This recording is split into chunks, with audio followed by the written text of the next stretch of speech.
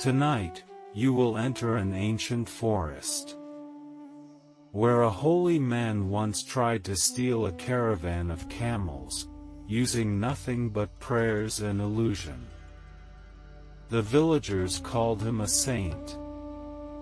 But deep inside, he carried a secret hunger that no ritual could silence.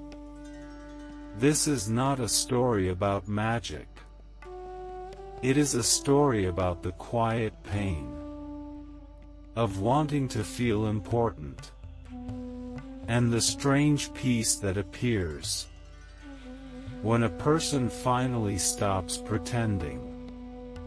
So dim the lights, slow your breathing, and let the river of this old Buddhist tale carry you gently into sleep.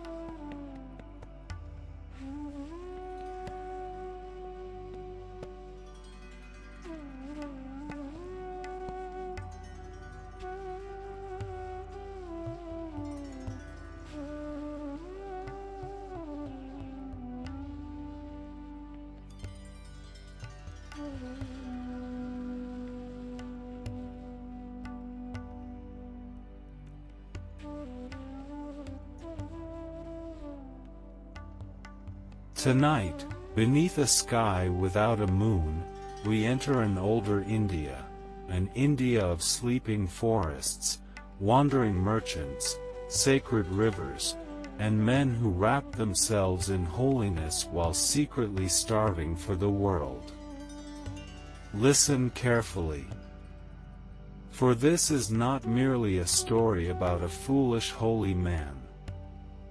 It is a story about desire disguised as spirituality, about ego hidden beneath silence, about the strange hunger that survives even after a man abandons everything. And perhaps, if we are honest, it is also a story about us. Far from the crowded cities of kings and markets, there stood a forest so ancient that even the wind seemed tired within it. The trees there twisted like old serpents.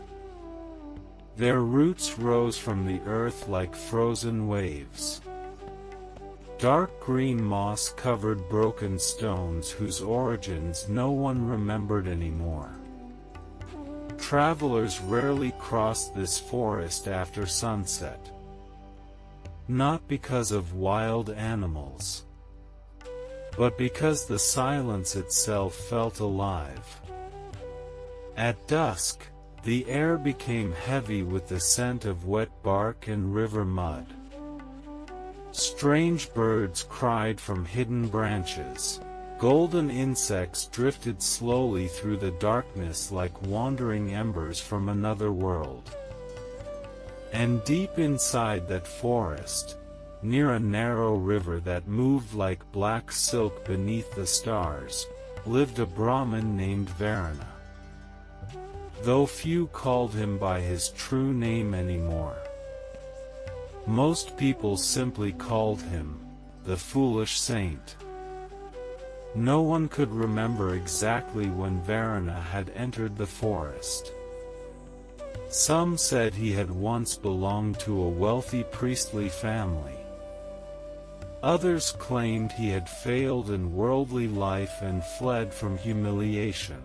A few believed he had suffered some great heartbreak that shattered his mind forever.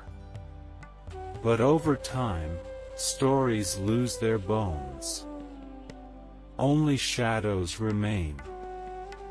What everyone knew was this: Varuna lived alone in a small hut made of reeds, branches, and drying grass. Every morning before sunrise, he walked barefoot to distant villages carrying clay torches. He spoke very little. He ate almost nothing. And he covered his body in ash like many wandering ascetics of that age. To ordinary villagers, he appeared holy. Children watched him with wide eyes. Old women bowed when he passed. Young merchants whispered prayers under their breath. Because in ancient India, a man who abandoned comfort was feared almost as much as he was respected. People believed suffering created wisdom. They believed hunger purified the soul. They believed the forest revealed secrets hidden from ordinary men. But forests do not transform fools into sages.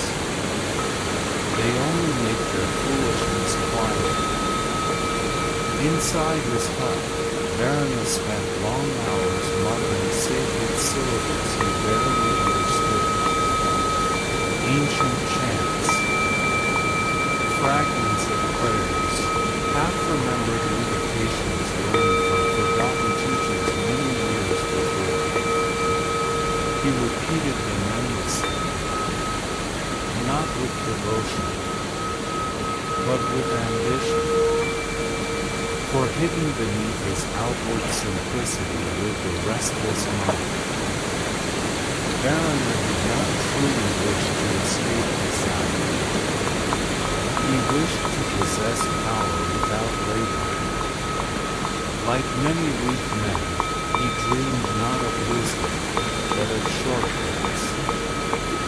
He believed secret words could rend reality itself. That mantras could summon wealth, control others, command invisible forces. And so, while appearing detached from the world, he remained secretly obsessed with it. At night, while insects hummed outside his hut, he imagined kings kneeling before him. He imagined merchants offering him gold. He imagined people whispering, "Varuna is no ordinary holy man. He possesses hidden powers." That fantasy became warmer to him than truth. And slowly, without realizing it, he stopped seeking enlightenment entirely. He began seeking admiration. One afternoon, during the hottest season of the year, the forest air trembled beneath a merciless sun. The river had grown thin and sluggish. Leaves hung motionless in the heat. Even the birds had fallen silent. Varuna sat outside his hut, exhausted and sweating beneath layers of ash. Then he heard something unusual. Bells. Soft at first. Then louder. A rhythmic metallic chiming accompanied by deep animal grunts and the creaking of heavy leather straps. Varuna lifted his head. Emerging slowly between the trees came a caravan of camels. Tall creatures with long shadows and patient eyes. Their backs carried bundles wrapped in thick cloth, spices, silks, oils, precious woods, and goods gathered from distant kingdoms beyond the desert roads. Beside them walked a merchant, a large man with sun-darkened skin and tired shoulders. Dust covered his robes. Sweat dripped from his beard. After days of travel beneath brutal heat, the merchant finally spotted the narrow river near Varana's hut. Relief crossed his face immediately. He tied the camels beneath a broad tree whose branches spread like a giant umbrella over the earth. Then he sighed deeply. "Stay here," he muttered to the animals. "Let me wash the road from my skin before we continue." The camels groaned softly as the merchant removed his sandals and walked toward the riverbank. Moments later, the sound of splashing water echoed gently through the trees. And then, everything became still again. Except for one thing. Varana's eyes. The Brahmin stared at the camels.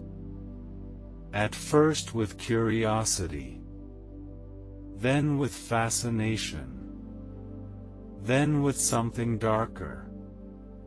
He had never owned anything beautiful in his life. His hut was rotting. His bowl was cracked. His robes smelled of mildew and smoke. But these animals, these magnificent creatures from distant lands, they seemed almost royal to him. The brass ornaments around their necks shimmered faintly in the sunlight. Their saddlebags overflowed with wealth. Varana's breathing slowly changed. A dangerous warmth entered his chest. Desire. Pure and simple. And once desire enters a restless mind, wisdom immediately leaves it. He stood slowly. Walked toward the camels. Touched one gently along its neck. The animal blinked at him without fear. Varana swallowed hard. Then a thought emerged inside him. Small at first, but poisonous. What if? He whispered. His fingers trembled slightly. What if these camels became mine? The forest remained silent.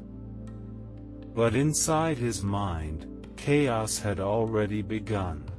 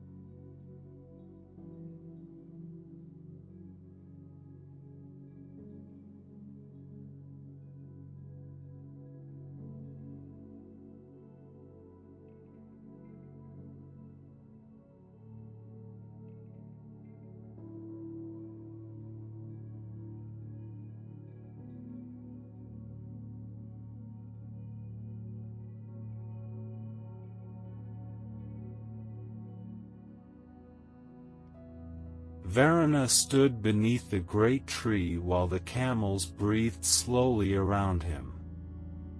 The air smelled of dust, leather, and warm animal skin. Somewhere beyond the reeds, the merchant laughed softly to himself while bathing in the river, unaware that a storm had already begun inside the mind of the ascetic he had trusted. One camel turned its long face toward Varuna. Its eyes were calm, ancient, almost human. For a brief moment, the Brahmin felt ashamed. A quiet voice inside him whispered, "You abandoned the world. Why are you reaching for it again?" But shame is weak when desire has already tasted possibility. Varuna stepped backward and folded his arms inside his robe. His thoughts began moving rapidly. "No," he murmured to himself. "I am no thief." The word thief frightened him. Not because stealing was wrong, but because he still wished to believe he was holy. That is the strange nature of self-deception. A man may commit terrible acts without guilt, as long as he can rename them. Varuna closed his eyes and inhaled deeply. "I will not steal them," he whispered. "I will simply..." He searched desperately for language pure enough to hide corruption. "Transfer destiny." The phrase pleased him immediately. Yes. That sounded spiritual. Sacred. Wise. Not theft. Not greed. Merely destiny changing hands. His shoulders relaxed slightly. And once his conscience found a beautiful sentence to hide inside, his mind surrendered completely. The Brahmin looked around carefully. The merchant was still in the river. The forest remained silent except for the distant hum of insects and the lazy current sliding past smooth stones. Varuna knelt beside the nearest camel. His fingers trembled as he touched the earth. Then he began drawing symbols in the dirt. Ancient circles. Crooked lines. Half-remembered sacred geometry from rituals he barely understood. His lips moved constantly. Soft muttering spilled from his mouth like leaking smoke. Fragments of Sanskrit. Broken invocations. Words emptied of meaning through repetition. But to Varuna, the sound itself felt powerful. Because fools often mistake mystery for wisdom, and repetition for truth. The camel blinked slowly. Unimpressed. Varuna continued chanting. His voice grew louder. Sweat rolled down his forehead, cutting pale streaks through the ash covering his skin.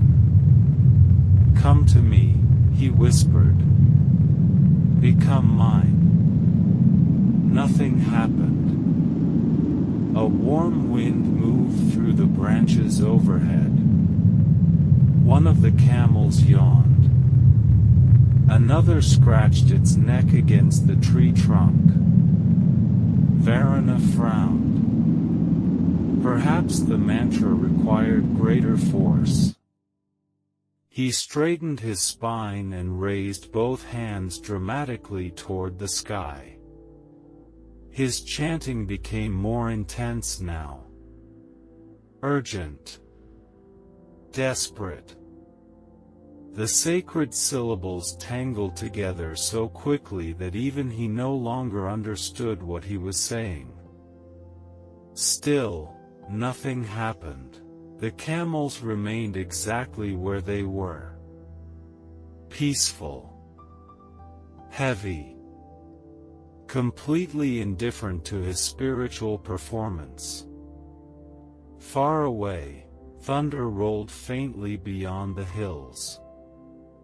Varana's breathing grew uneven. Frustration entered him like poison. He had spent years believing hidden forces slept within his voice. Years imagining himself chosen by invisible powers. And now reality stood before him like a mirror. Cold. Silent. Unmoved. The universe was refusing to cooperate with his fantasy. For many people, this becomes the beginning of wisdom. But for others, it becomes the beginning of madness. Varana refused to accept failure. Instead, he doubled his effort. He grabbed a handful of river mud and smeared symbols across his chest. He tore dry grass from the earth and scattered it around the camels like ritual offerings. Then he began circling the animals while chanting louder and louder.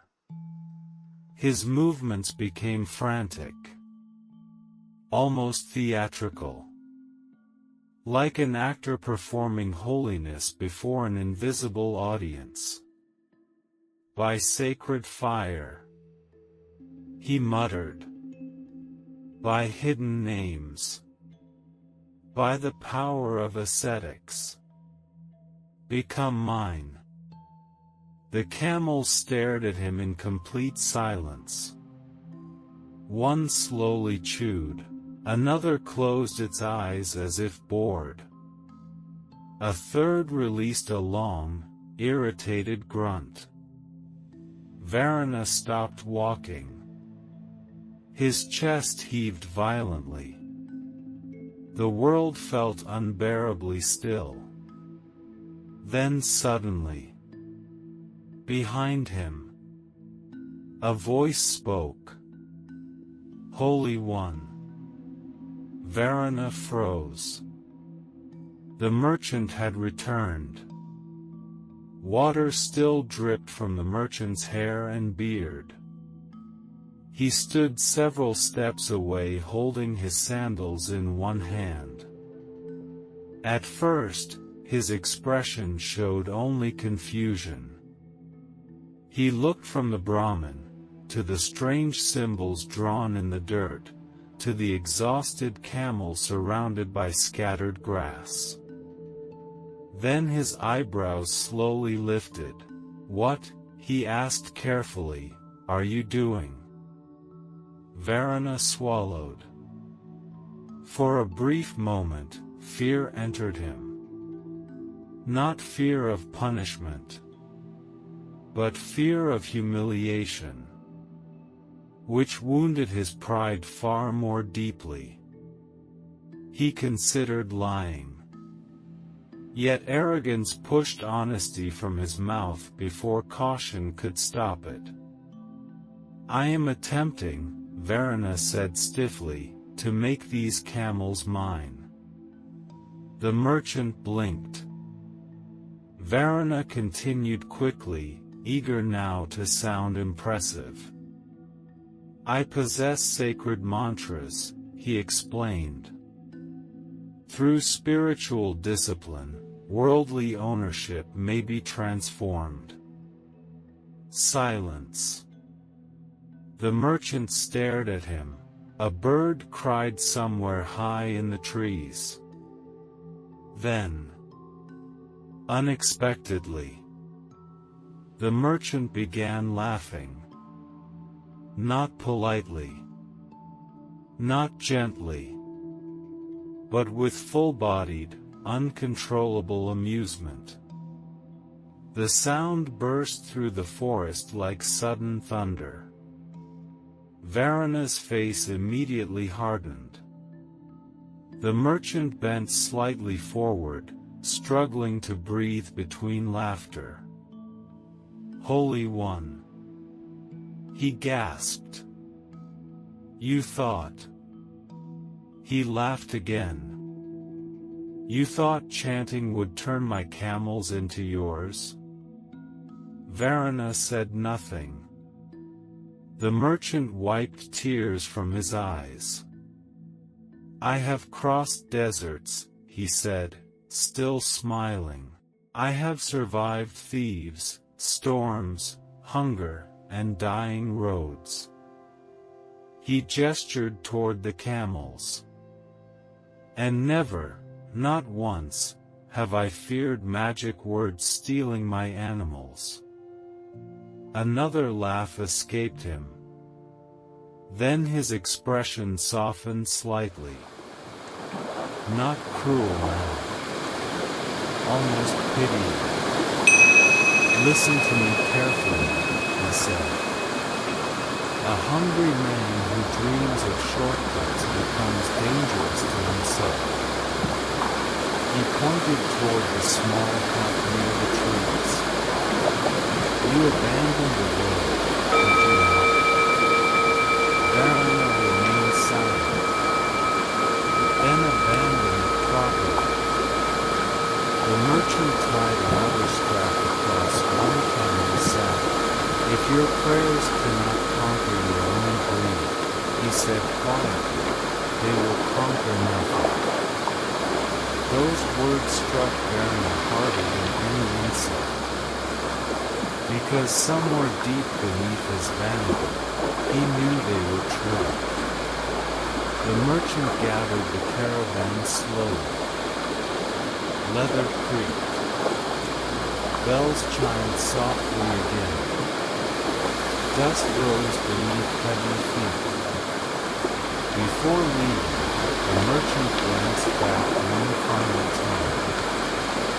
"Holy man," he said, "learn peace before seeking power." Then he turned away. The caravan disappeared gradually between the trees. The bells faded into the distance. Soon, only silence remained, and Varana stood alone beside the ruined symbols in the drift. Ash-covered, sweating, humiliated. For several long moments, he did not move. Then slowly, his shame transformed into something else. Something hotter, darker, anger.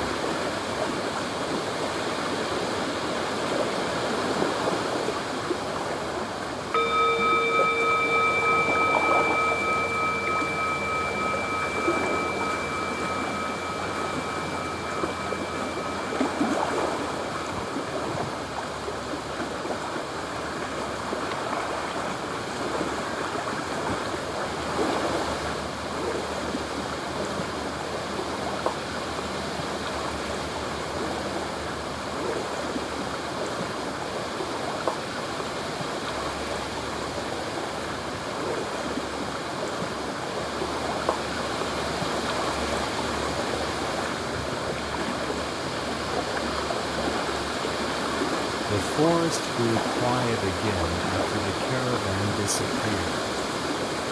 Only the faint ringing of distant camel bells lingered in the air like fading memories. Varana remained motionless beneath the tree. His fingers curled slowly into fists. The merchant's laughter still echoed inside his skull. Again. And again. And again. Not loud now. Worse. Soft. Mocking. Unavoidable. For some wounds are not carved by knives.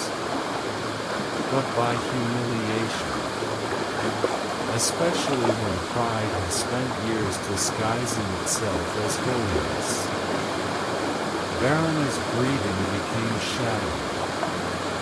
His face burned beneath the ash coating his skin. He looked down at the symbols he had drawn in the dirt only moments earlier. Crooked circles, broken lines, pathetic little performances. The sacred geometry now looked childish to him, meaningless. For the first time in many years, a terrifying possibility entered his mind. What if? He swallowed hard.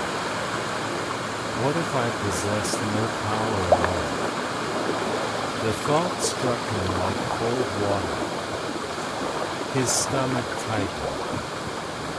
A strange dizziness passed through him. Because the human mind can survive suffering far more easily than it can survive shattered identity, and Varana's identity had been built entirely upon illusion. If he was not secretly powerful, then what was he? A starving man in the woods. Nothing more. No disciples. No wisdom. No miracles. Only loneliness wrapped in ritual. The truth hovered before him like an open abyss. And rather than face it, he turned away. That is often the moment when anger is born. Not from strength, but from wounded fantasy. Varana suddenly kicked the symbols in the dirt, scattering dust violently across the ground. No, he hissed. No, the merchant was the fool. His thoughts began racing desperately, searching for protection against reality. He mocked sacred knowledge. He interrupted the ritual. He polluted the images. Yes. That explanation felt better. Much better. The failure was not his own. It was someone else's fault. And once a weak man discovers blame, he clings to it like a drowning man clutching driftwood. Varana straightened slowly. His eyes darkened. The shame inside him hardened into resentment. Then resentment transformed into vengeance. The merchant had laughed at him. That could not be forgiven, not because the camels mattered, but because the illusion mattered. The image mattered. The fragile throne inside his mind upon which he secretly sat as a great mystic and hidden sage. The merchant had cracked that throne with laughter. And now Varana wanted revenge. Clouds drifted slowly across the late afternoon sky. The forest air thickened before rain. Leaves rustled overhead like whispering voices.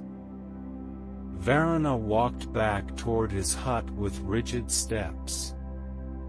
Inside, the small shelter smelled of damp grass, smoke, and old ashes. Clay bowls lined one wall. Bundles of dried herbs hung from the ceiling. In the darkest corner rested a collection of palm leaf manuscripts wrapped carefully in cloth. Texts he could barely read. But objects, to fools, often matter more than understanding. Varana knelt before the manuscripts dramatically. He lit a small oil lamp. Golden light flickered across the cramped hut, stretching long shadows along the walls. Outside, distant thunder rolled again. The Brahmin closed his eyes. If blessings had failed, perhaps curses would succeed. That thought entered him quietly, almost seductively, and once it arrived, his wounded pride embraced it immediately. Because angry people often prefer destruction over self-reflection. Varuna untied one manuscript carefully. Ancient symbols covered the fragile leaves. He stared at them intensely. Though he understood only fragments, his imagination filled the empty spaces with mystery and danger. He inhaled deeply. Then he began chanting once more. But this time, his voice had changed. No longer ambitious. Now it sounded bitter. Sharp. Hungry. I call upon hidden forces, he whispered. I call upon the powers that punish mockery. Rain began falling softly outside the hut. The lamp flame trembled. Varuna's chanting intensified. He imagined the merchant stumbling on the road. He imagined camels collapsing, goods burning, wheels breaking, illness, loss, fear. His imagination became vivid and cruel. Because powerless people often discover their greatest sense of control inside fantasies of revenge. Hours passed. Rain covered the forest in silver noise. Water dripped steadily through cracks in the roof. Still Varuna continued. Sweat mixed with ash upon his skin. His throat became raw from chanting. Yet beneath all his anger, another feeling slowly grew. Doubt. Small at first, then larger. He remembered the merchant's eyes. Calm. Practical. Unafraid. Not the eyes of a cursed man. Varuna pushed the thought away and chanted louder. But doubt had already entered the room. And once doubt enters false faith, every ritual begins collapsing from within. At midnight, exhausted beyond measure, Varuna finally stopped. Silence filled the hut. Only rain remained. His chest rose and fell heavily.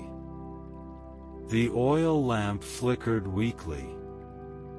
Then, nothing. No sign. No vision. No supernatural answer. No whisper from invisible forces. The world remained exactly as it had been before. Indifferent. Unmoved. The Brahmin stared into the darkness. And slowly, a terrible emptiness opened inside him. Meanwhile, far beyond the forest, the merchant traveled peacefully along the muddy road beneath the rain. The camels walked steadily. The goods remained secure. At one village, the merchant shared warm soup beside a fire with travelers from another kingdom. At another stop, he laughed with children who fed dates to the camels. Several days later, he reached his home safely. His business prospered. His family welcomed him warmly. And eventually, the strange Brahmin in the forest became nothing more than a ridiculous memory occasionally mentioned over dinner. "A holy man once tried to steal my camels with magic," the merchant would laugh. And everyone listening would laugh with him. Because reality has always mocked false mystics more effectively than philosophers ever could. Back in the forest, however, the story spread differently. Travelers carried rumors from village to village. Children repeated the tale dramatically beside cooking fires. Woodcutters laughed while imitating Varuna waving his arms around camels. Soon nearly everyone within the surrounding region knew about the foolish saint who tried to chant himself into wealth. People began visiting the forest merely to glimpse him from afar. Not out of reverence, but curiosity, mockery, entertainment, and humiliation, once public, becomes difficult to escape. At first, Varuna tried ignoring the laughter. He walked silently through villages collecting alms as before. But now the atmosphere had changed. Children giggled when he passed. Young men smirked openly. Even old women who once bowed respectfully now exchanged uneasy looks. One afternoon, a boy shouted from across the road, "Holy One! Please turn my goat into an elephant." Laughter exploded around him. Varuna lowered his head and kept walking. But inside, something poisonous continued growing. Because humiliation can do one of two things to a human being. It can break the ego, or harden it into madness. And Varuna was not yet ready to surrender his illusion. Not yet.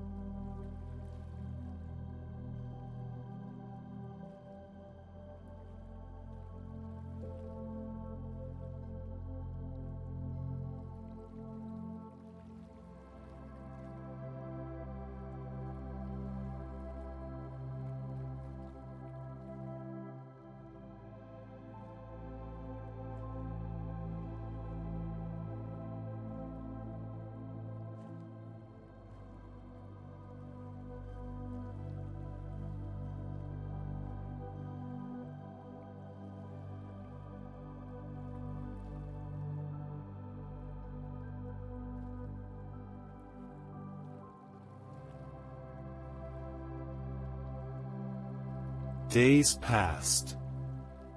Then weeks.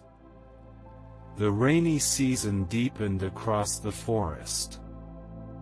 Heavy clouds drifted endlessly overhead like dark ships crossing an invisible ocean.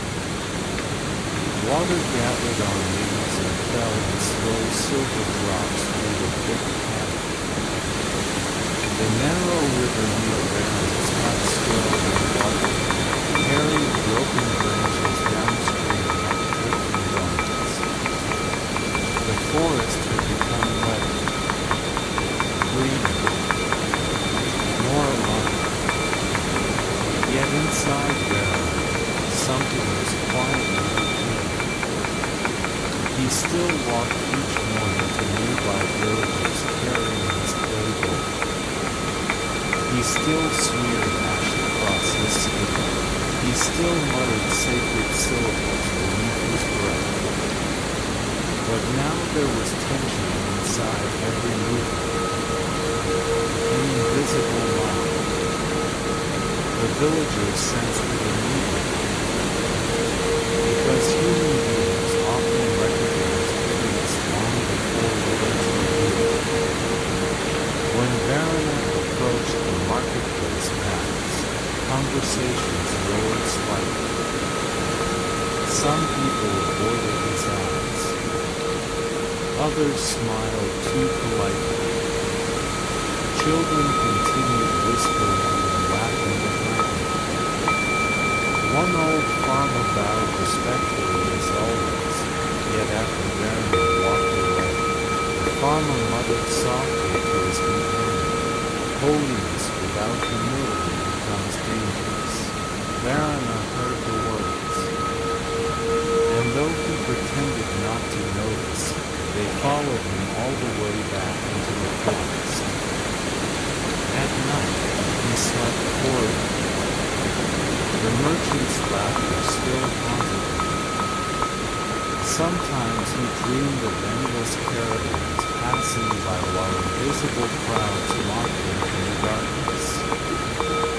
Sometimes he dreamed of himself standing before kings, attempting miracles that dissolved into dust before everyone's eyes. Worst of all were the dreams in which he stood completely alone beneath a vast black sky, stripped of ritual, stripped of titles, stripped even of identity. Only a frightened old man remained. Those dreams terrified him more than death. Because illusion, once cracked, never fully seals again. Even when denied. Even when buried. Truth waits patiently beneath everything. One evening, shortly before sunset, Varuna returned to his hut carrying only a handful of rice and wilted roots collected during the day. The forest smelled of rain-soaked earth. Mist drifted low between the trees. As he approached the clearing near his hut, he suddenly stopped. Someone was there. A traveler sat quietly beneath a large tree where the camels had once rested. The stranger wore simple robes the color of dry soil. No ornaments. No sacred markings. No signs of wealth. Beside him rested a wooden walking staff and a small cloth bag. The man appeared neither young nor old.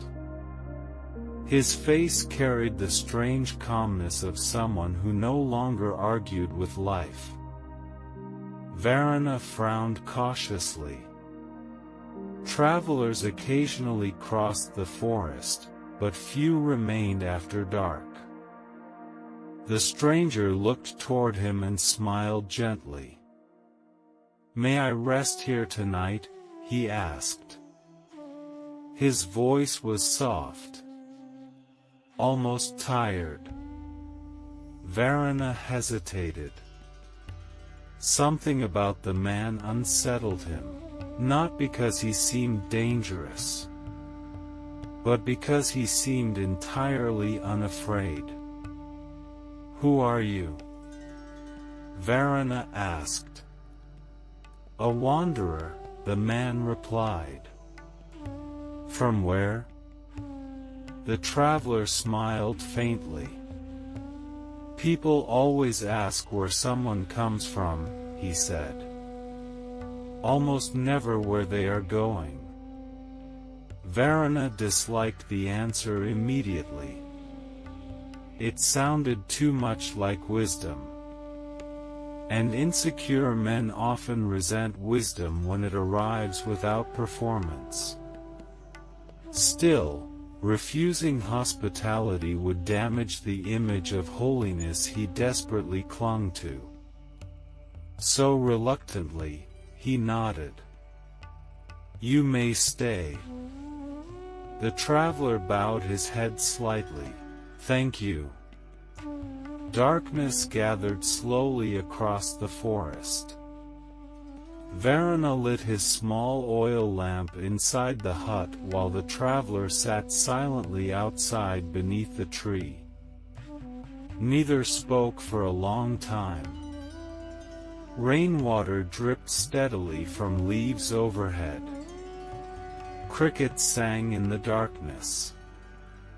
Finally, unable to tolerate the silence any longer, Varuna stepped outside carrying 2 small bowls of boiled rice. He handed one to the traveler. The man accepted it gratefully. For several minutes, they ate quietly. Then the traveler spoke. "I heard stories about this forest in the villages." Varuna stiffened immediately. "What stories?" The traveler blew gently across the steam rising from his bowl. "They say a holy man lives here." Varuna's shoulders relaxed slightly. But the traveler continued. "They also say he tried to steal camels with magic." Silence. The forest suddenly felt colder. Varuna's jaw tightened. "People enjoy mockery," he muttered bitterly. "Yes," the traveler agreed calmly. "They do." Something in the man's acceptance irritated Varuna even more. "You find the story amusing?" he asked sharply. The traveler looked at him carefully before answering. "No." "Then why mention it?" "Because suffering grows larger in silence." Varuna frowned. "I do not suffer." The traveler nodded slowly. "Then perhaps anger is simply another form of peace." Those words struck Varuna like a hidden blade. His fingers tightened around the bowl. "You speak strangely for a wanderer. And you speak defensively for a holy man." The two sat in silence again. Wind moved softly through the trees. Far away, thunder murmured behind the hills. Varuna studied the traveler's face carefully. No mockery. No superiority. Only calm observation, which somehow felt even more unbearable. Finally, Varuna spoke again. "You think I am foolish?" The traveler shrugged slightly. "I think you are human." "That is not an answer." "It is the only honest answer." Varuna stared into the darkness. The traveler continued softly. Many people abandon wealth physically while continuing to worship it internally. Varuna said nothing. "They leave cities," the traveler said, "but carry ambition into the forest." Still silence. "They renounce comfort," he continued, "yet secretly crave admiration." Varuna's breathing slowed. Something uncomfortable was happening inside him. Because the traveler spoke with no accusation. Only clarity. And clarity is difficult to fight. "You believe I desired those camels," Varuna finally said. "I believe," the traveler replied gently, "that you desired what they represented." Varuna looked up sharply. The traveler's eyes reflected faint gold from the oil lamp. "Power," the man said quietly. Importance. Proof. The words landed one by one inside Varana's chest. Heavy. Precise. Painfully accurate. The Brahmin suddenly felt exposed, as though the stranger could see directly through ash, robes, rituals, and chants into the frightened emptiness beneath. Anger rose again immediately. Because ego rarely surrenders peacefully. You speak as though you understand me, Varana snapped. I understand desire, the traveler answered. Everyone does. Rain began falling again. Slow. Gentle. The traveler placed his empty bowl beside him. In my younger years, he said quietly, I once met a monk who told me something important. Varana remained silent. The traveler continued, he said, the ego can survive poverty. It can survive hunger. It can survive loneliness. But it cannot survive being ordinary. The forest became very still. Varana felt those words moving through him like cold water. Because deep inside, beneath all his rituals, he feared ordinary life more than suffering itself. The traveler stood slowly and looked toward the dark trees. Most spiritual performance, he said softly, is simply the ego wearing sacred clothing. Varana's throat tightened. Who are you? He whispered again. The traveler smiled faintly. Someone who failed long before you did. Then he walked into the darkness beyond the trees. And disappeared. Varana sat alone beneath the dripping branches. The oil lamp flickered weakly beside him. The rain continued falling.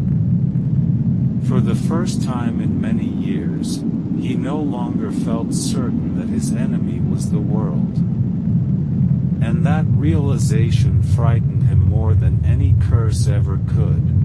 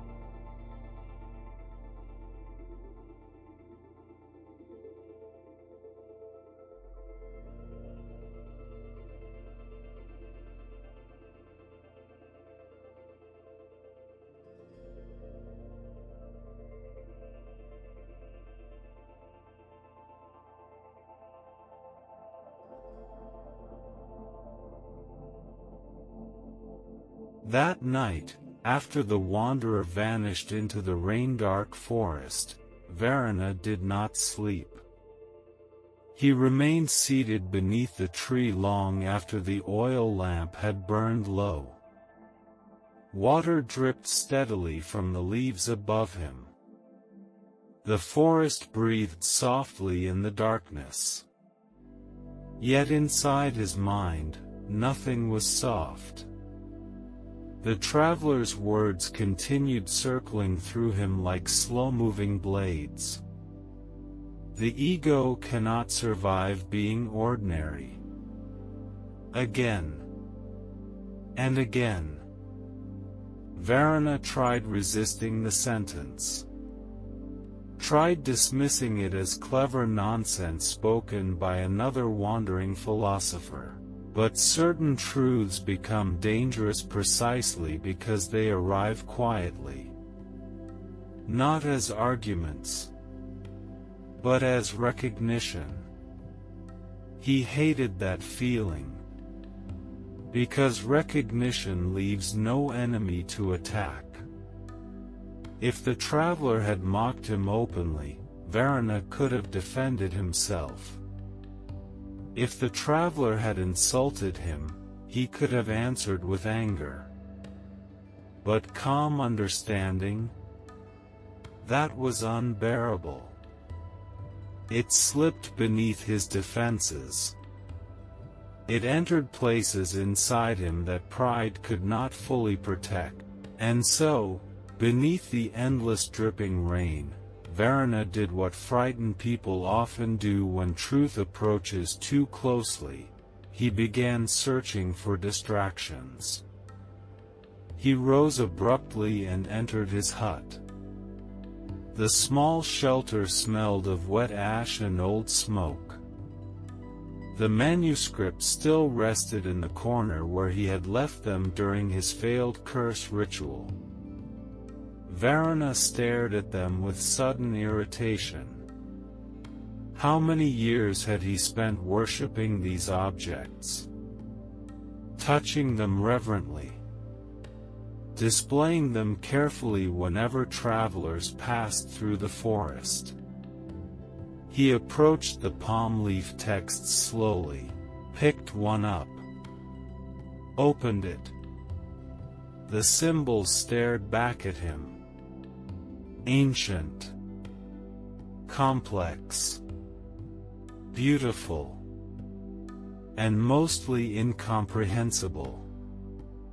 Varuna's hands tightened slightly.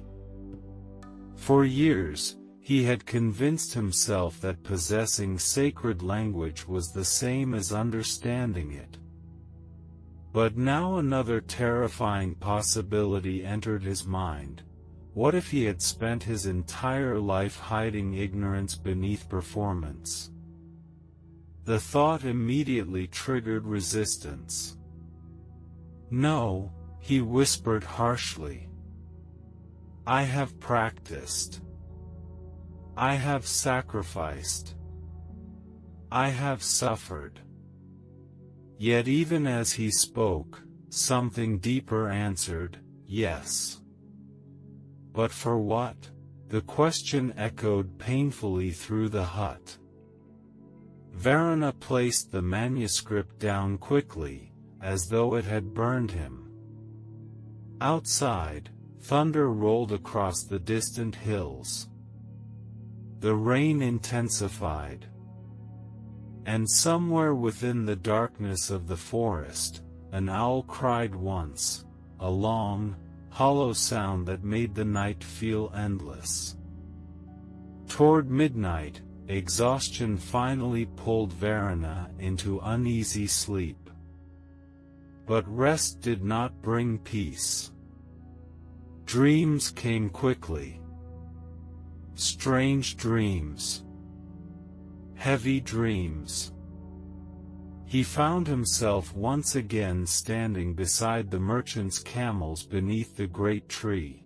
Only this time, the forest looked different. Larger. Darker.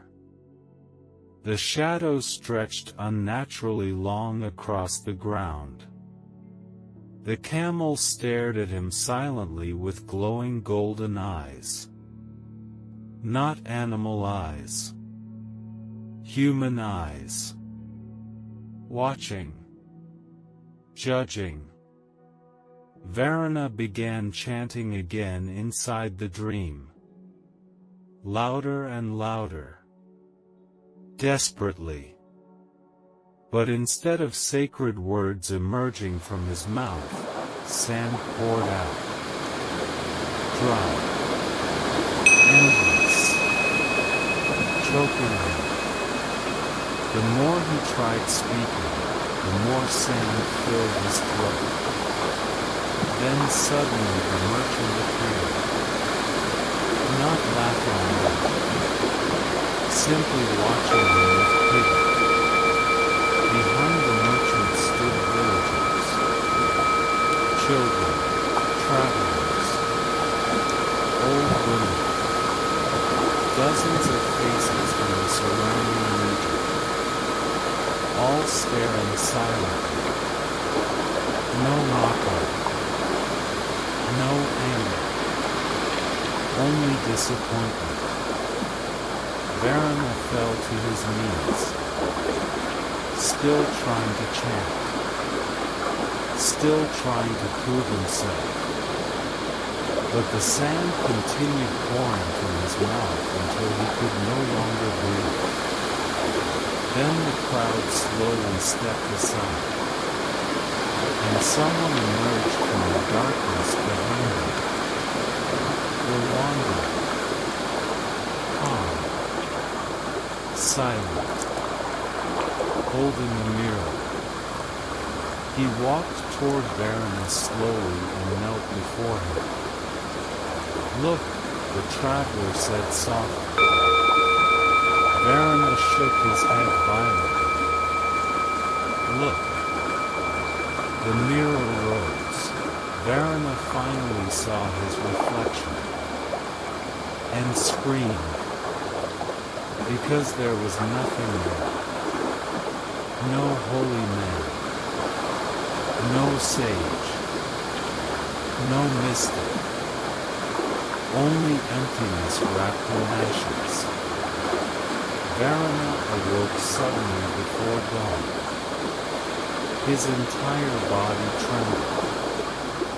Rainwater leaked through the roof and dripped onto the floor beside him. The oil lamp had died hours earlier. Darkness filled the hut. He touched his own face anxiously, breathing hard. Just a dream. Only a dream. Yet his heartbeat refused to slow. The image of the empty reflection remained burned inside him. Varuna stood and stepped outside into the cold pre-dawn air. Mist drifted between the trees like wandering spirits. The river moved silently beside the clearing. Everything felt strangely exposed, as though the world itself had become a mirror. He walked toward the riverbank and stared into the black water. For a long time, he said nothing. Then quietly, almost unwillingly, he whispered, "Who am I?" The river gave no answer, only ripples. Most people believe transformation arrives dramatically, through revelation, through miracles, through sudden enlightenment. But often transformation begins much more painfully, with confusion, with humiliation, with the unbearable collapse of self-image. And for the first time in many years, Varuna's carefully constructed identity had begun cracking apart. Not completely. Not yet. But enough for light to enter. Later that morning, Varuna traveled again to the nearest village for alms. The rain had finally weakened into a pale gray drizzle. Mud covered the roads. Smoke rose from cooking fires. Villagers moved slowly through the wet morning carrying baskets, tools, and bundles of firewood. As Varuna approached the village entrance, he immediately sensed something unusual. People were gathering near the central banyan tree. A storyteller had arrived. Travelers and wandering storytellers often exchanged news between villages, carrying tales across kingdoms long before written messages could travel. Children sat eagerly in the mud. Farmers paused from work. Even merchants stood listening beneath woven ornaments. Varuna normally avoided crowds now, but something compelled him forward. He stood near the edge of the gathering while the storyteller, a thin man with bright eyes and animated hands, spoke dramatically to the crowd. And then, the storyteller declared, the monkey demanded the moon itself as payment. Laughter erupted. The storyteller smiled. Then his expression shifted. "Ah," he said, lowering his voice theatrically, "but greed always blinds the foolish." The crowd quieted. Varuna felt strangely alert. The storyteller continued, "There once lived a man who believed sacred words could replace wisdom." Several villagers exchanged amused glances immediately. Varuna's stomach tightened. The storyteller had never met him. Yet somehow the tale already felt dangerous. The man continued speaking. He memorized rituals but never understood himself. He sought power before truth, respect before humility. Now some listeners were openly smiling. A few glanced sideways toward Varuna. Heat rose into the Brahmin's face. He thought holiness was something others could see, the storyteller said softly. But true holiness is what remains when no one is watching. Silence spread beneath the banyan tree. Even the children had stopped moving. Then the storyteller finished quietly, "A fool may hide inside robes for many years, but eventually life removes every costume." No one laughed afterward, because the story no longer felt amusing. It felt personal. Varuna turned away before anyone could look directly at him. And for the first time, the laughter hurt less than the truth.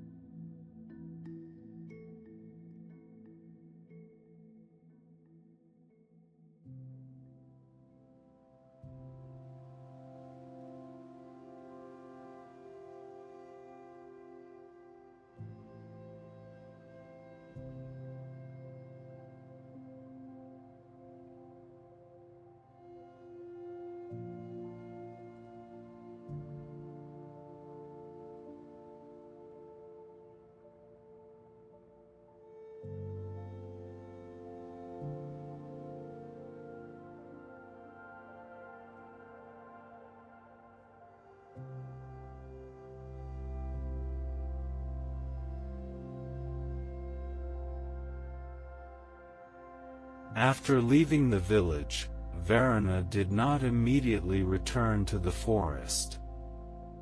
Instead, he wandered slowly along the muddy road beneath the gray afternoon sky. The storyteller's words lingered inside him with unbearable precision. True holiness is what remains when no one is watching. The sentence followed him like a shadow. Every puddle reflected fragments of his ash-covered face as he walked. Every reflection unsettled him. For years, he had lived almost entirely through the imagined eyes of others. Villagers seeing a holy man. Travelers seeing a mystic. Children seeing someone touched by hidden powers. Even his solitude had secretly been a performance. And now, one terrifying question continued rising inside him. Who was he when no one believed in him anymore? The road curved beside flooded rice fields shimmering beneath rainwater. Farmers worked silently in the distance, bent beneath the weight of ordinary labor. Varuna watched them carefully. Their movements were repetitive, unremarkable, simple. Yet something about them disturbed him deeply. They were not pretending to be extraordinary. They were simply alive. And somehow, that seemed more honest than his entire existence. Toward evening, the rain finally stopped. A weak golden light appeared beneath the clouds, touching the wet earth with fading warmth. Varuna reached a small roadside shrine beside an old banyan tree. Travelers often rested there before continuing deeper into the surrounding forests and trade roads. A stone figure of a forgotten deity sat beneath the roots, half covered in moss. Someone had recently left fresh flowers there. And beside the shrine sat an old woman grinding grain with slow, patient movements. She looked up as Varuna approached. Unlike many villagers lately, she showed neither amusement nor discomfort. Only calm recognition. "You look tired," she said gently. Varuna stiffened slightly. "I walk far." The old woman smiled faintly. "No," she replied. "Not that kind of tired." Something inside him immediately resisted her observation. "I am well."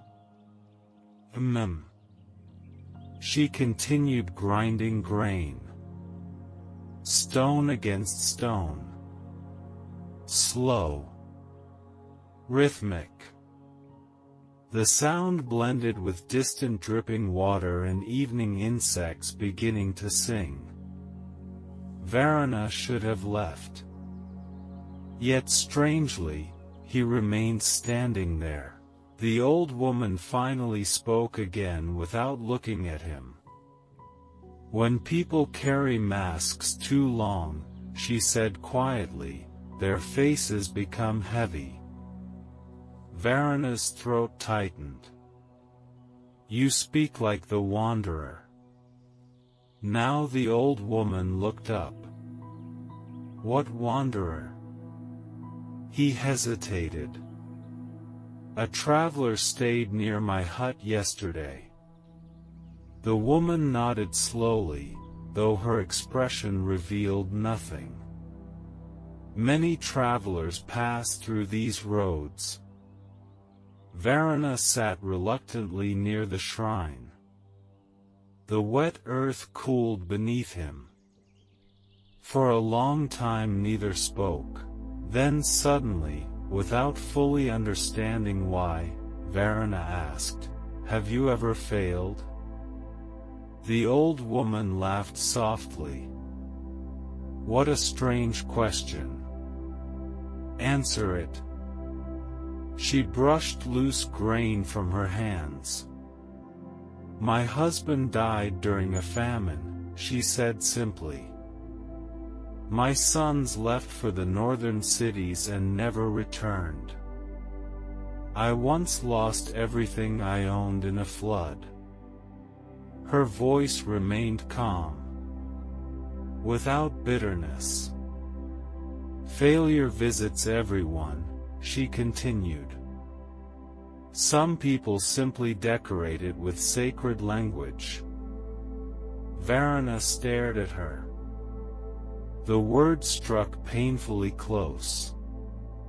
He looked away. "I am mocked now," he admitted quietly. "Yes." The woman answered so directly that he almost flinched. "People talk." Humiliation rose hot inside him again. "They do not understand spiritual practice." The old woman's eyes narrowed slightly. "Do you?" Silence. The evening wind moved through the banyan leaves overhead. Varuna suddenly felt exhausted. Not physically. Something deeper.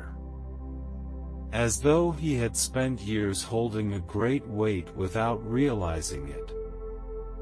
The old woman resumed grinding grain. "Do you know why people trusted holy men once?" she asked. Varuna said nothing. Because real sages wanted nothing from others. Stone continued moving against stone. But men who secretly hunger for admiration eventually become obvious. The sound of grinding stopped. The old woman looked directly at him now. "Need has a smell." Those words entered Varuna like poison. Because he suddenly realized something horrifying. People had sensed his hunger long before the camel incident. The villagers. The travelers. The merchant. Even the children. Perhaps they had always seen through him. Perhaps the laughter had only exposed what everyone quietly suspected already. The thought hollowed him from within. He lowered his head. And for the first time in many years, he no longer wished to defend himself. Darkness slowly gathered around the shrine. The old woman lit a small clay lamp. Warm light flickered across the moss-covered stone deity. Varuna watched the flame silently. Then he spoke almost in a whisper, "If I am not what I believed." He struggled to continue. "What remains?" The old woman studied him carefully. At last she answered, "A human being." Varuna closed his eyes. For some reason, those words hurt more than insult. Because his entire life had been built upon escaping ordinary humanity. Its weakness. Its uncertainty. Its vulnerability. Yet now all his performances were collapsing one by one, leaving only the frightened man beneath them. The old woman placed another flower beside the shrine. "Most people think enlightenment means becoming something greater," she said softly. "Usually it means becoming less false." The lamp flame moved gently in the evening wind. Varuna felt tears threatening behind his eyes. The sensation shocked him. He had not cried in years. Not when he entered the forest. Not during hunger. Not during loneliness. Not even during humiliation. But now, sitting beside an old woman grinding grain beneath a forgotten shrine, something inside him was beginning to break open. And strangely, it felt almost like relief. That night, Varuna returned slowly to his hut. The forest no longer felt mystical. No hidden energies. No sacred signs. Only trees. Water. Wind. Darkness. For years he would have considered that realization disappointing. Now it felt strangely peaceful. He entered the hut and looked around carefully. The manuscripts, the ash bowls, the ritual markings, all the objects he once treated like gateways to hidden greatness. Now they appeared small, human, almost sad. Varuna sat quietly on the floor. No chanting, no invitations, no dramatic rituals, only silence. Outside, the river flowed steadily beneath the night sky. Inside, the Brahmin placed both hands over his face. And finally, alone in the darkness where no one could witness it, he wept. Not for the candles, not for the mockery, but for the years he had spent running from himself.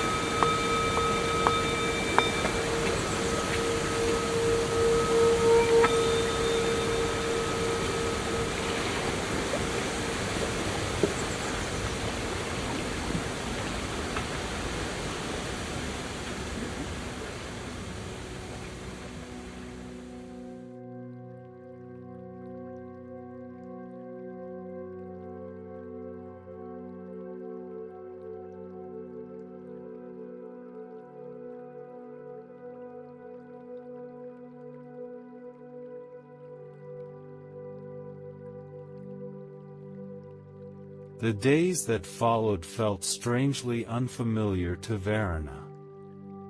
Not because the forest had changed, but because he had begun seeing it without the veil of performance. Morning sunlight still filtered through wet leaves in trembling shafts of gold. The river still carried branches and fallen flowers downstream. Birds still cried at dawn. Wind still moved through the ancient trees like invisible breath. Everything remained the same. Yet everything felt different. For the first time in many years, Varuna stopped searching the world for signs that he was special. And once that search weakened, silence itself began changing shape. He no longer chanted endlessly through the night. No longer drew sacred symbols in the dirt. No longer rehearsed imaginary scenes of admiration inside his mind. At first, the absence of those rituals terrified him. Without performance, his identity felt dangerously empty. Like a stage after the audience has gone home. He would sit for hours inside the hut listening to ordinary sounds, rainwater dripping from the roof, insects humming beneath the floor, the crackle of damp firewood, his own breathing. At first, the simplicity felt unbearable. Too small, too human. Yet slowly, another feeling emerged beneath the discomfort. Relief. Because maintaining illusion requires exhausting effort. And Varuna had spent years performing holiness even when alone. Now, for brief moments, he allowed himself to stop pretending. Those moments frightened him. But they also gave him peace. Several villagers noticed the change before he did. When Varuna arrived for alms, he no longer spoke in mysterious phrases. No dramatic blessings. No cryptic spiritual warnings. If someone handed him rice, he simply bowed. If someone offered vegetables, he quietly thanked them. At first the villagers seemed confused. One merchant whispered to another, "The holy man has become ill." Children still followed him occasionally, though the laughter had softened. They no longer saw a strange mystic. Only a tired old man walking silently through muddy roads. And strangely, Varuna no longer hated that. One afternoon, the same boy who had once shouted, "Turn my goat into an elephant," ran toward him carrying a broken clay toy. "Can you fix this?" the child asked innocently. Varuna looked down at the cracked toy animal in the boy's hand. Months earlier, the request would have insulted him. Now he simply knelt beside the road. Using damp clay and a little water, he carefully repaired the broken piece as best he could.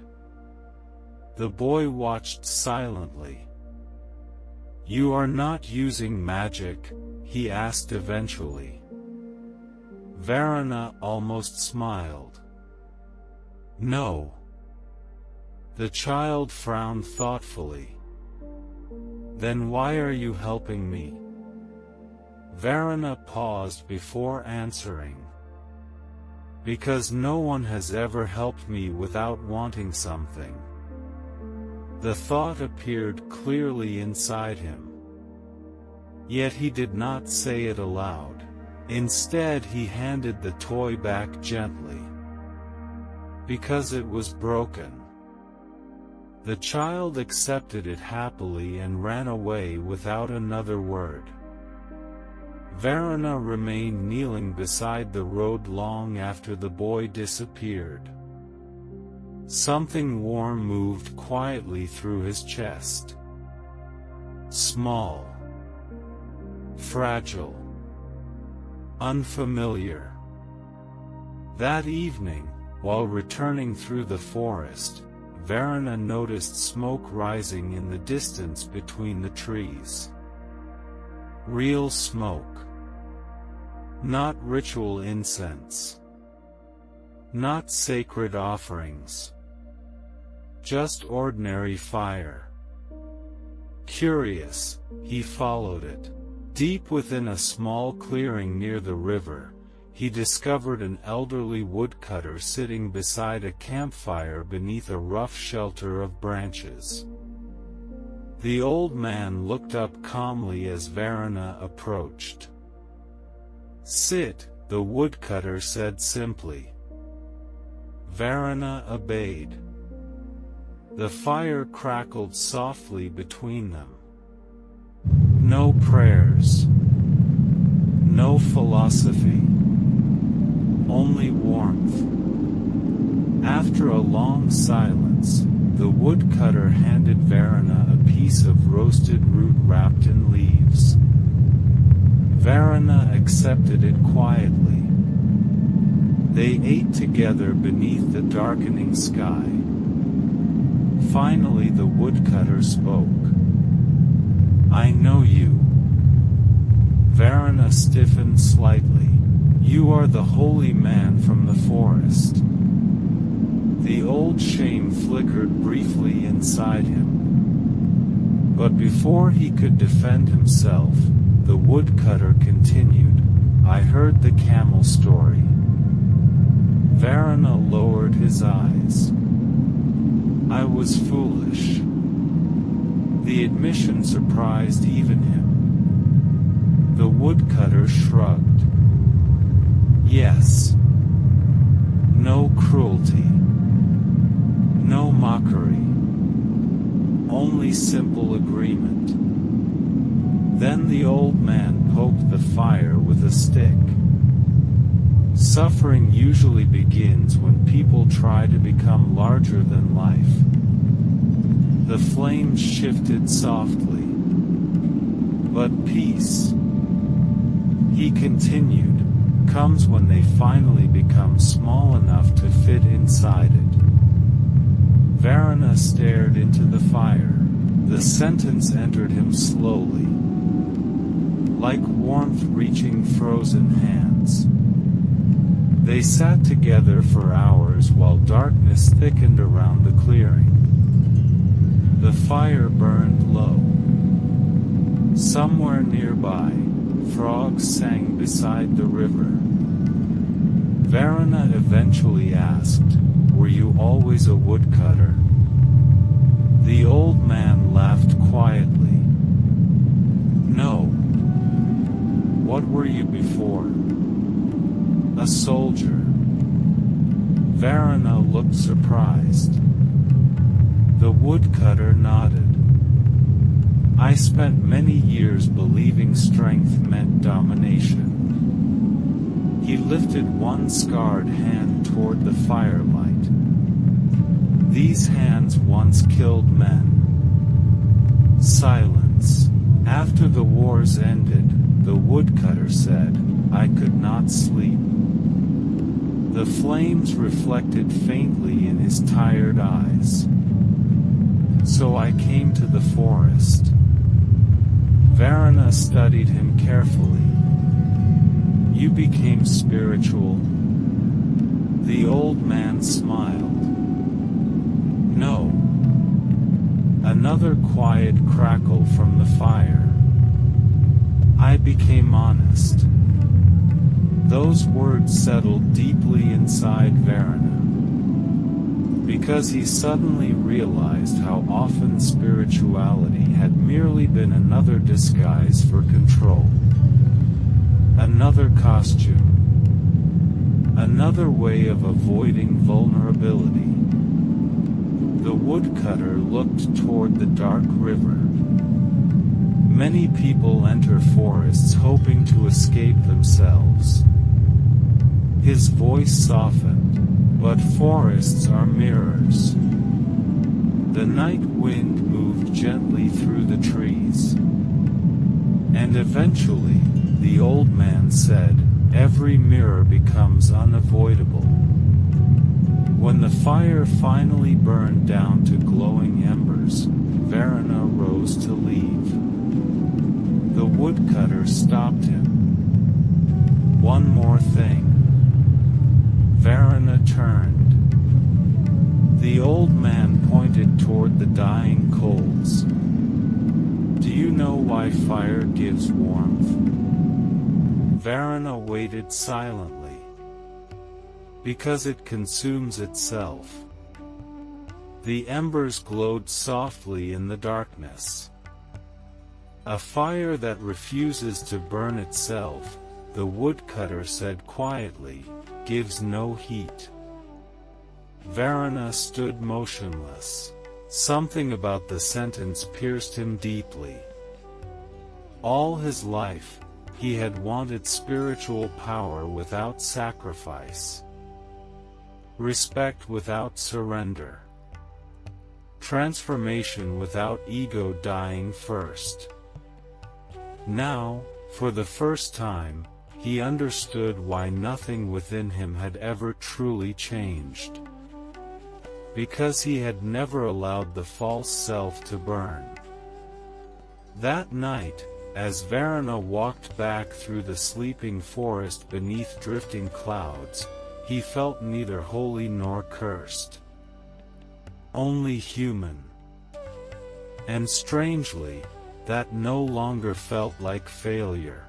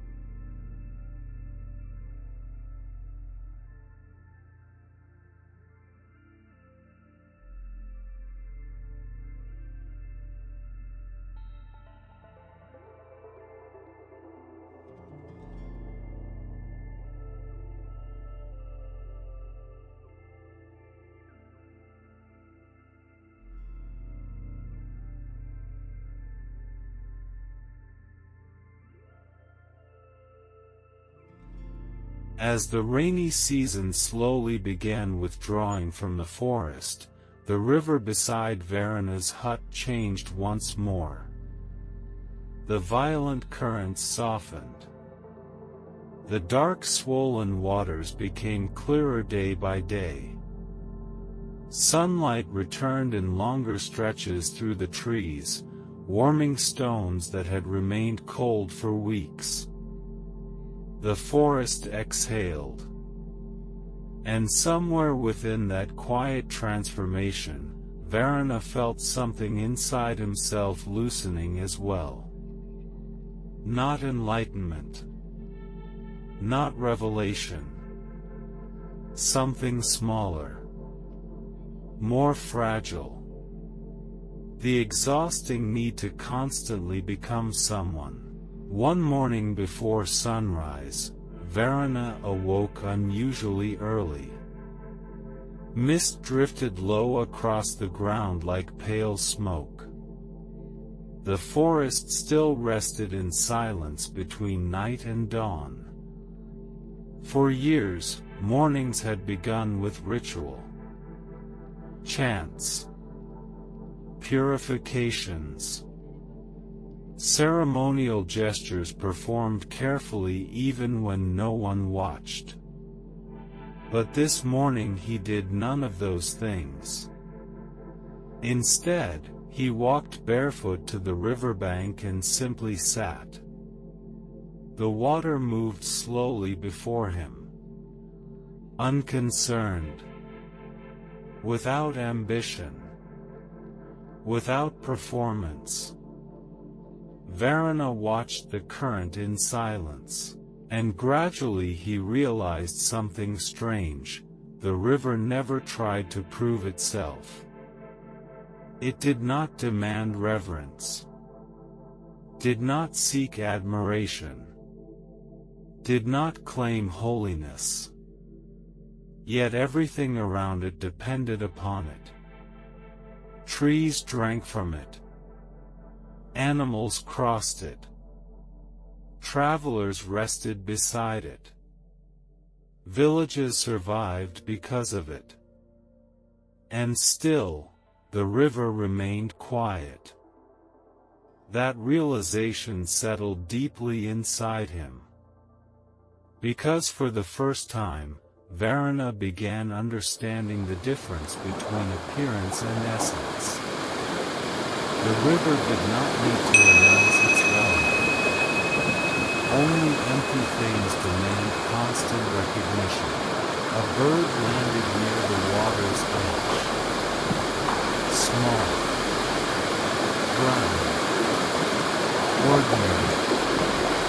It dipped its head into the river and flew away again without ceremony.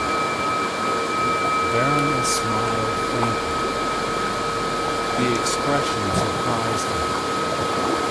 He could not remember the last time he had smiled without calculation, without imagining how the smile appeared to others. He touched the cold water gently, and suddenly a memory surfaced. A childhood memory, long buried beneath decades of ambition. He remembered sitting beside another river as a young boy while his father washed clothes against smooth stones. The sun had been warm, the world had seemed enormous. Simple. Before holiness. Before pride. Before performance. His father had once told him, water reaches the ocean because it never argues with gravity. At the time, Varuna had not understood the sentence. Now, sitting beside the quiet forest river, he finally did. The days that followed became slower, lighter. Varuna still lived in poverty. Still begged for food. Still slept in a leaking hut. Externally, almost nothing had changed. Yet internally, a subtle shift continued unfolding. He began noticing small things he once ignored completely. The sound of bamboo moving in the wind. The smell of wet earth after rain. The patience of insects carrying leaves larger than themselves. The way sunlight slowly traveled across the floor of his hut during afternoon hours. Ordinary details. Tiny moments. Previously, he would have dismissed such things as distractions from spiritual greatness. Now they felt strangely sacred, not because they were mystical, but because they were real. One afternoon, while gathering fallen branches near the river, Varuna heard footsteps approaching through the trees. He looked up cautiously. A young traveler emerged carrying a heavy pack across his shoulders. The man appeared exhausted. Sweat darkened his clothes. One sandal had broken nearly in half. When he noticed Varuna, he bowed politely. "Forgive me," the traveler said. "Is there clean water nearby?" Without speaking, Varuna pointed toward the river. The traveler hurried forward eagerly and knelt beside the water, drinking deeply. After several long moments, he sighed with visible relief. "You saved me," the young man said gratefully. Months earlier, those words would have awakened pride inside Varuna immediately. He would have enjoyed them, expanded beneath them, perhaps even offered mysterious spiritual advice to strengthen the impression. But now he simply shook his head. "The river saved you." The traveler laughed softly. "Still," he replied, "you guided me to it." Varuna considered the sentence quietly. Then something unexpected happened. He asked, "Where are you traveling?" The young man smiled. "To the western trade cities." "Why?" "To earn money." The honesty of the answer amused Varuna slightly. "No sacred pilgrimage?" "No." The traveler grinned. "My family needs food more than philosophy." Varuna almost laughed aloud. The simplicity felt refreshing. No disguises. No performance. Just truth. The traveler sat beneath a nearby tree to rest. After some silence, he asked curiously, "Are you a holy man?" Varuna looked toward the river. For several seconds he did not answer. Then finally he said, "I used to think so." The traveler frowned, uncertain whether it was a joke. But Varuna's expression remained calm. The young man eventually nodded slowly. "I think people become dangerous," he said carefully, "when they believe too strongly in what they are." Varuna looked at him sharply. The traveler shrugged. "My grandfather told me that." The river continued moving quietly beside them. By evening, the traveler departed down the western road. Varuna remained near the river long after sunset. The forest darkened gradually into deep blue shadow. Fireflies appeared between the trees like drifting golden thoughts. He listened to the flowing water. And for the first time in many years, his mind was not crowded. No fantasies. No imagined audiences. No secret hunger for admiration. Only stillness.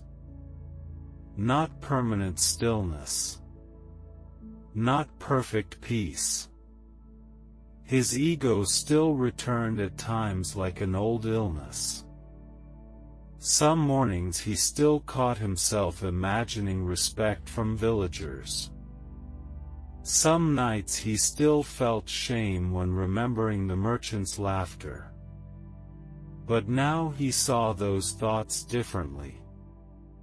Like clouds crossing the sky rather than commandments from reality. They came. And they passed. The river had taught him that nothing stays. Not humiliation. Not praise. Not identity itself. Late that night, while sitting outside his hut beneath the stars, Varuna looked up into the vast darkness overhead. Months earlier, he would have searched the heavens for hidden signs and mystical meanings. Now he simply saw stars. Silent. Distant. Beautiful. And strangely, that was enough. The wind moved softly through the forest. Varuna closed his eyes. And somewhere deep inside him, beneath the ashes, beneath the failed rituals, beneath the long years of performance, a small quiet fire finally began to burn. Not the fire of ambition. Not the fire of ego. Something gentler, the beginning of humility.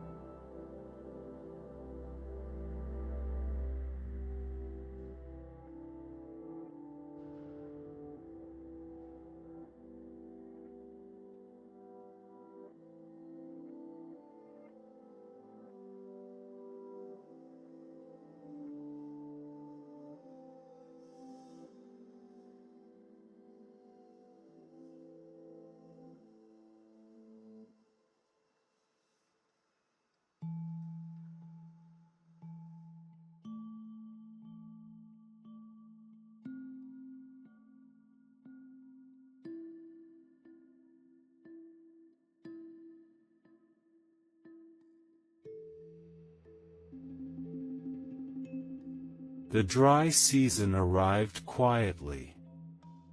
The endless rains faded into memory.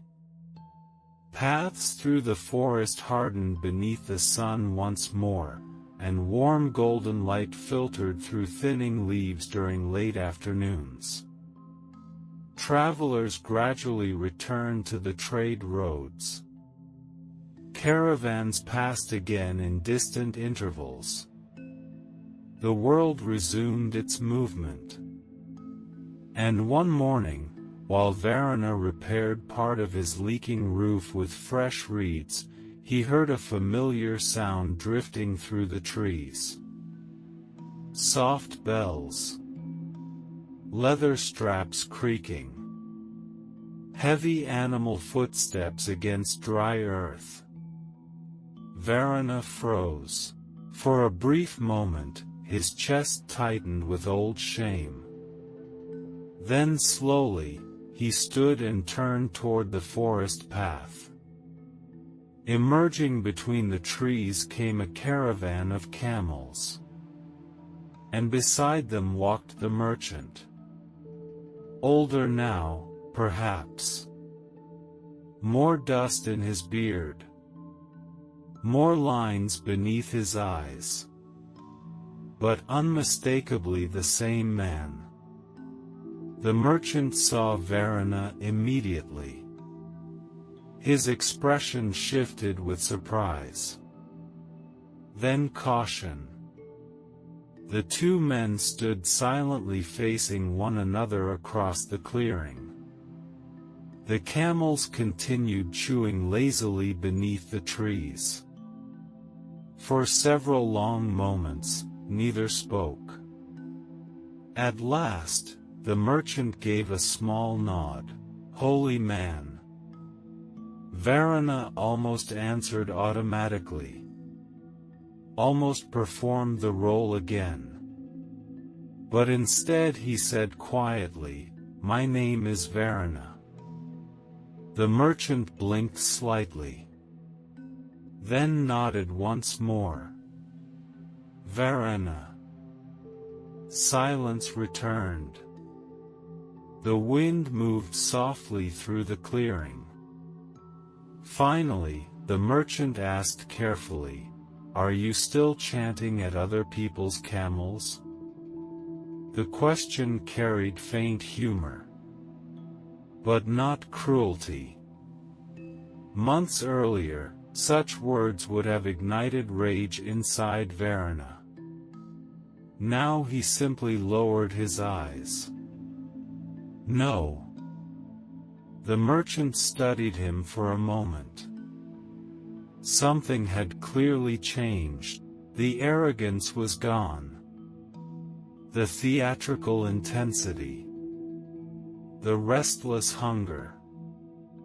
In its place remained only weariness. And something calmer beneath it. The merchant untied a water skin from one camel and drank slowly. Then he surprised himself by laughing softly. "I told that story many times," he admitted. "I know." The merchant looked mildly embarrassed. "It became popular." "Yes." Another silence. But this one felt different from before. Not hostile. Only human. The merchant eventually sat beneath the same great tree where the strange ritual had once taken place. After a moment's hesitation, Varuna sat across from him. The camels rested nearby. The forest breathed quietly around them. At last the merchant spoke. "You were angry with me." "Yes." "Because I laughed?" Varuna considered the question carefully. Then shook his head. "No." The merchant waited. "I was angry," Varuna said slowly, "because you showed me something I did not want to see." The honesty startled them both. The merchant leaned back slightly against the tree trunk. "That is a painful kind of laughter."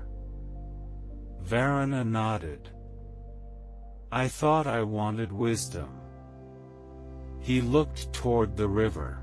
"But I only wanted importance." The merchant listened silently. "I believed suffering made me special." Varana's voice had become very quiet now. I believed rituals could hide emptiness. A dry leaf drifted slowly between them. The merchant sighed softly. Most people do something similar. Varana looked up. The merchant shrugged. Merchants pretend wealth gives meaning. Kings pretend power gives certainty.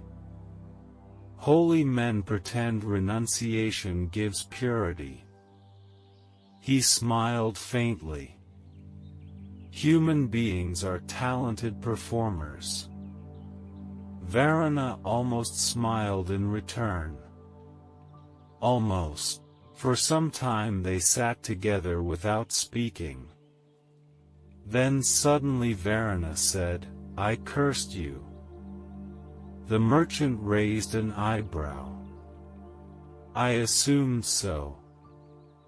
I wanted you to suffer. Yes. Varana stared at the ground. But nothing happened. The merchant laughed quietly. Thankfully. Varana nodded. Yes. The simplicity of the exchange felt strangely cleansing. No spiritual performance. No hidden superiority. Only two flawed human beings speaking honestly beneath a tree. At last the merchant asked, What changed you? Varana thought for a long time before answering.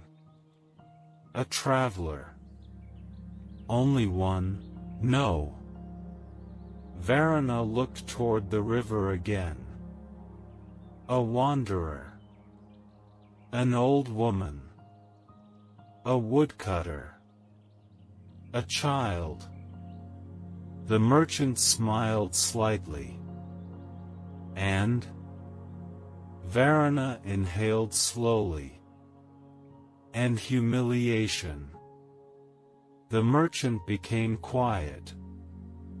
Because he understood that answer immediately. Some lessons enter only after pride has been broken open. The afternoon sunlight deepened around the clearing. One camel wandered lazily toward the riverbank. The merchant watched it for a moment before speaking again. When I first met you, he said carefully, I thought you were ridiculous. Varana nodded. I was. But now, the merchant hesitated. You seem peaceful. Varana looked surprised by the word. Peaceful. Was he? Not completely. His mind still wandered. Still clung sometimes to old fantasies. Still feared judgment. Yet beneath all that noise, something quieter and deeper growing. Perhaps peace was not perfection. Perhaps it was simply the end of constant dependence. I do not know if I am peaceful, Varana admitted. But I am less hungry. The merchant smiled. That may be the same thing.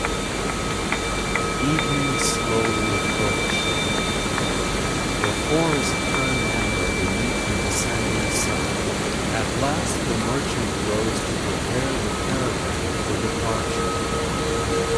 Before leaving, he reached into one of the saddlebags and removed a small black bundle. He handed it toward Varana. The Brahmin hesitated. What is it? Tea leaves, the merchant replied. From Western traders. Varana instinctively resisted.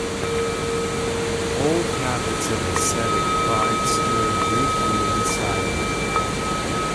I need nothing. The merchant laughed softly. Yes, he said. You probably do. Then more gently, but gifts are not chains. Varuna looked at the small bundle for a long moment. Finally, he accepted it quietly. Thank you. The merchant nodded once. Then he paused before turning away. One more thing. Varuna waited. The merchant smiled faintly. I never truly hated you. Something tightened unexpectedly in Varuna's chest. Neither man spoke further. The merchant gathered the caravan. The bells began ringing softly once more. And slowly, the camels disappeared again between the trees. But this time, Varuna did not watch them with desire. Only gratitude. That night, after darkness settled across the forest, Varuna boiled water beside his hut and prepared the tea. Steam rose gently into the cool air. He sat beside the river holding the warm clay cup between his hands. The first sip tasted bitter. Then earthy. Then unexpectedly comforting. The stars reflected faintly across the slow-moving water. Varuna listened to the river in silence. Months earlier, he had wanted the universe to obey him. Now, sitting alone beneath the endless sky, he finally understood something simple. Peace begins the moment the self stops demanding to be larger than life. The river flowed quietly beside him. As it always had. As it always would.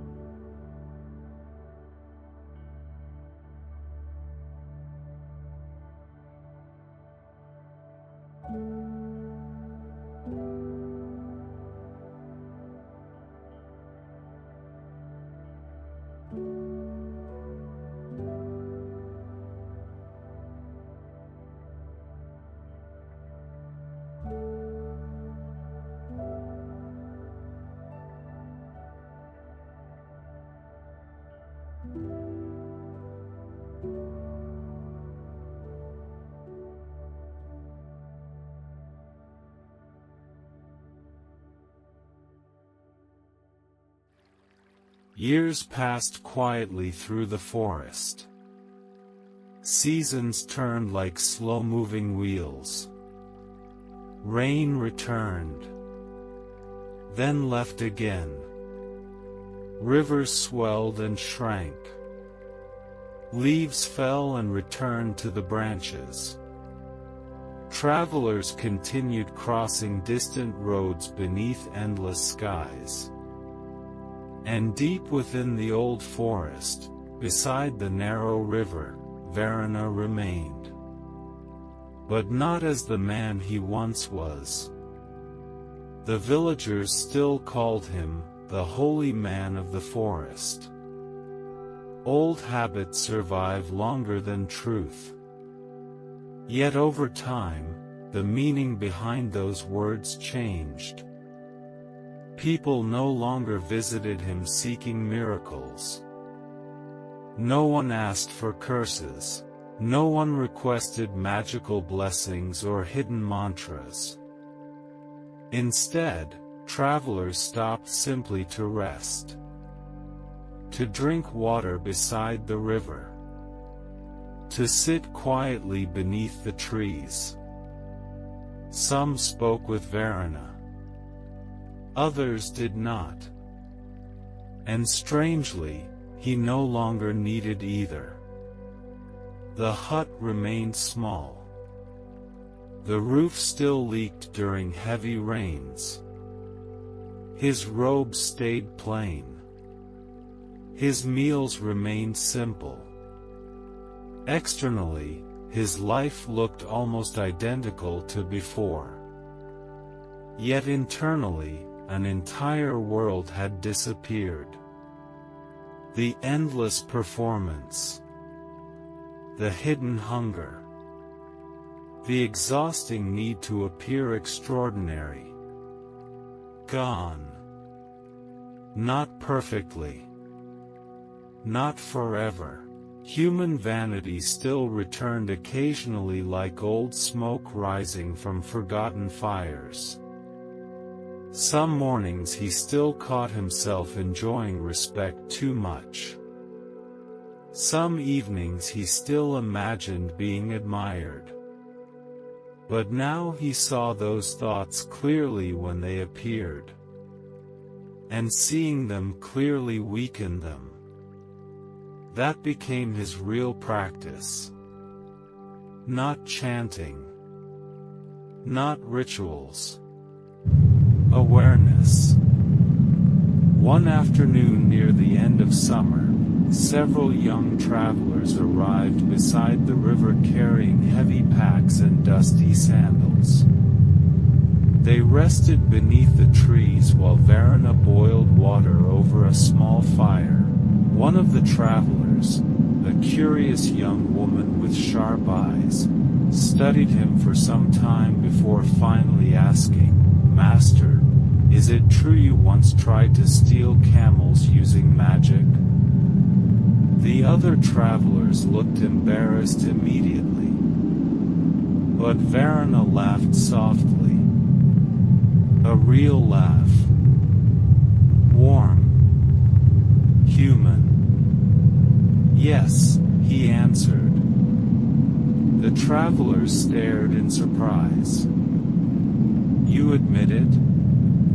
"Of course." The young woman frowned. "But, why?" Varuna placed dry leaves into the steaming water slowly before answering.